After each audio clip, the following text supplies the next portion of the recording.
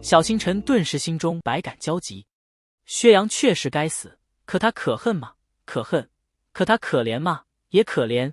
7岁懵懂小童，被人碾断手指，本就无依无靠，流浪市井的断指人，嘲笑和谩骂必然不会少。在最该体验纯真的时候，世界给予他的全部都是恶意。当初常慈庵碾断的何止是一只手指？这些经历换作他人，谁都不会太善良。薛洋对自己死时的状态，也就只有嗤笑一声。魏无羡将手中的2只锁灵囊交给宋兰，宋兰小心翼翼地接过，将它们托在掌心上。魏无羡道：“今后你打算如何？”宋兰写道：“傅双华，行事路，一同星辰，除魔奸邪。”顿了顿，又写道：“待他醒来，说对不起，错不在你。”他还是那一身漆黑的道袍，孑然一身，背着2把剑，双华和浮雪带着2只魂，小星辰和阿金走上了另一条道路。小星辰听到这，轻笑了声，一切都释然了。宋兰顿了顿，忍不住说道：“我想说又来不及说的，这本书里已经说了。”小星辰笑了笑，温言道：“我亦不曾怪过你，其余的就不必说了，一切都已过去，就是莫再提。”本该自动翻页的书籍，此刻却定住不动了，画面定格在宋兰萧瑟的背影。众人疑惑不已，还从未出现过此等状况。突然，结界里出现了熟悉的声音：“曾是天真少年郎，怎奈祸从天降，抛诸善良害化霜。清风明月两相忙，徒留孑然雪凌霜，空余2只锁灵囊。杯中叹，徒哀伤，唯盼来生待相望。4位，你们的故事结束了。此刻道别，上路吧。”阿金首先慌了，他急忙喊道：“上路？上什么路？要离开道长了吗？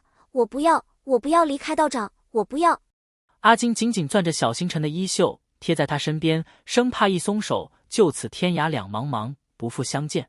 那道声音没有回答他，只于一声叹息，在结界里久久挥散不去。阿金扑在小星辰怀里，嚎啕大哭起来。他好不容易才见到道长，为什么就给他那么点时间？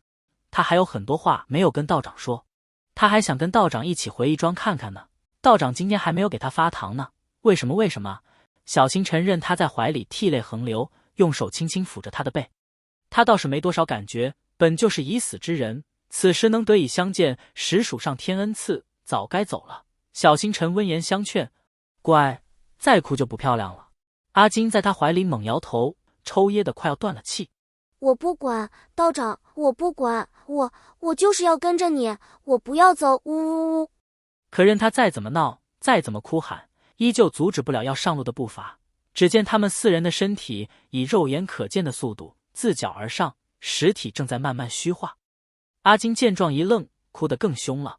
宋兰低头看着自己正在逐渐消失的小腿，敛了心中情绪，抬头凝视小星辰，说：“星辰，锁灵囊我时刻带在身上，你快些回来。”小星辰沉默一下，微微颔首道：“子琛，你一个人多保重。”薛洋在距离他们不近的地方行色犹豫，欲言又止。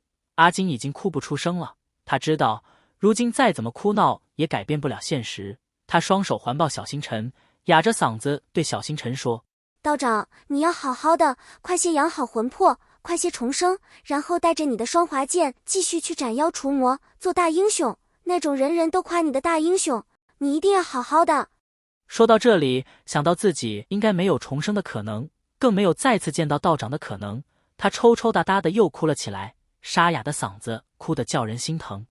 小星辰抱起阿金，像哄小孩子一样轻轻拍着他的后背，给他顺气。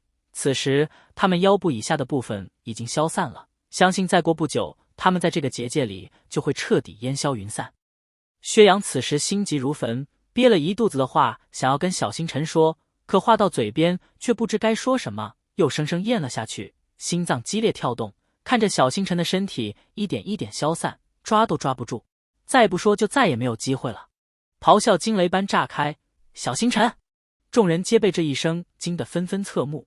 小星辰抱着阿金，将头转向生源处。薛洋微微平复了狂跳的心脏，他尽力用最无所谓的语气道：“道长，你可别忘了我啊！”半晌得不到回应，意料之中，薛洋扯了扯嘴角，率先消失在结界中。小星辰此刻却乱了心神，他不是故意不回应，他实在不知以如今局面该如何去回应。这时，阿金打断了他的沉默，他哑着嗓子，小心翼翼地道：“道长，刚才那个坏家伙好像哭了。”小星辰浑身一震，半晌后喃喃自语道：“不会忘的。”一切归于平静，众人的心绪被刚才的情景拉扯得久久回荡不息。蓝景怡更是涕泪横流，就连蓝思追、金灵都红了眼眶。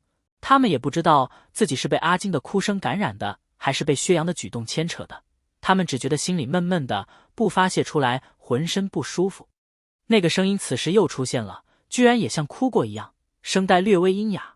他说：“好了，诸位，一个故事的结束就意味着另一个故事的开始，请继续看下去吧。”众人缓缓敛了心绪，等待下一个故事的开启。故事慢慢讲到，蓝忘机和魏无羡二人带着这群世家弟子离开了驿城。途中，世家弟子们为逝去的小星辰和阿金烧纸钱，引来魏无羡的怀疑人生。众人纷纷将眼光投向蓝忘机。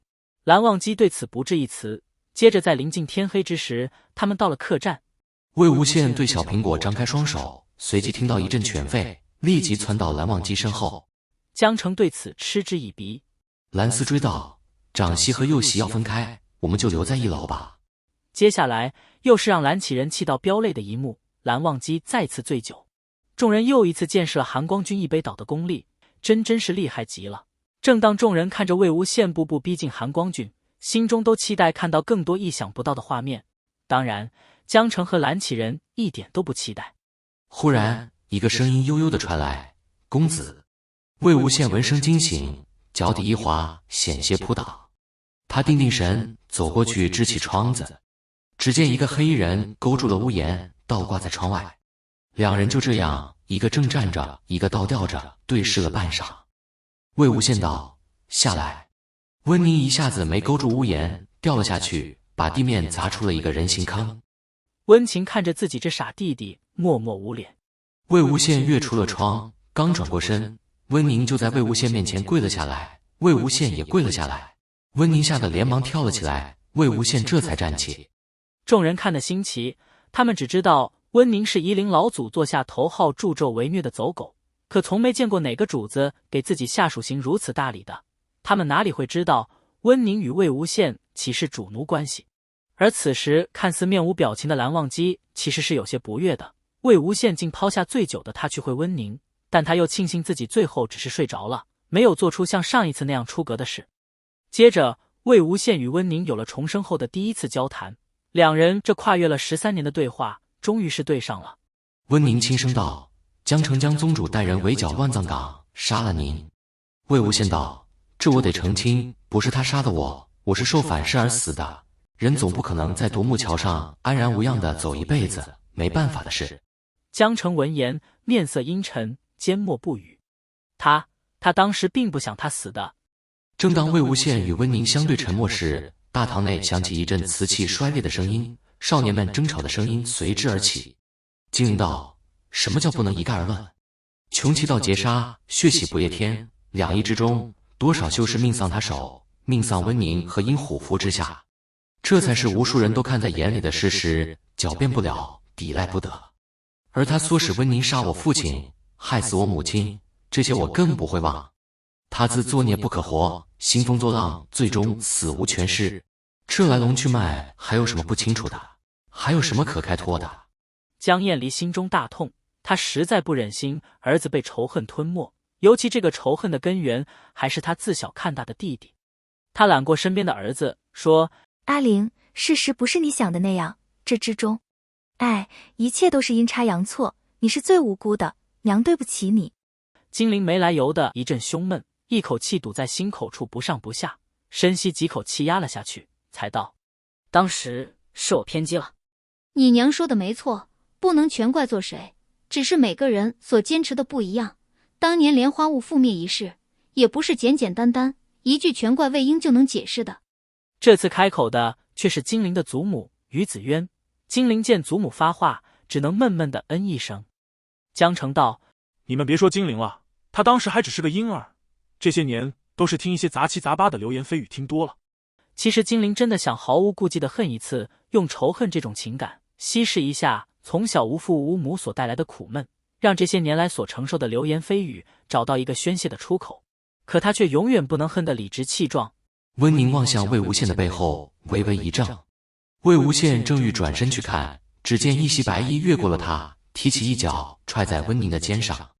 温宁被踹的又压出了一个人形坑。原来是正直无比的韩光君醉酒后出来了。众人又一次见了这么可爱的韩光君。本来嘛，可爱这个词跟韩光君是八竿子打不到一块的，看来跟着魏无羡总有热闹看。